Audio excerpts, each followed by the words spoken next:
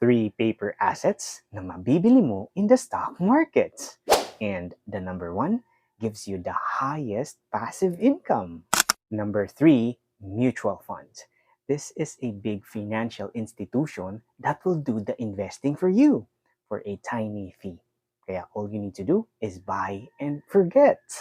Number 2, REITs. Earn rental income kahit limited lang ang budget mo. Partner mo pa ang mga pinakamalalaking businesses here in the Philippines. Number 1, shares of stocks ng company. Become a shareholder sa Ayala, Jollibee, SM, BDO, or any other company of your choice. And as a shareholder, you earn through dividend plus interest. Ikaw kapatid, what is your favorite paper asset? Comment mo naman sa baba, and I will see you on my next video.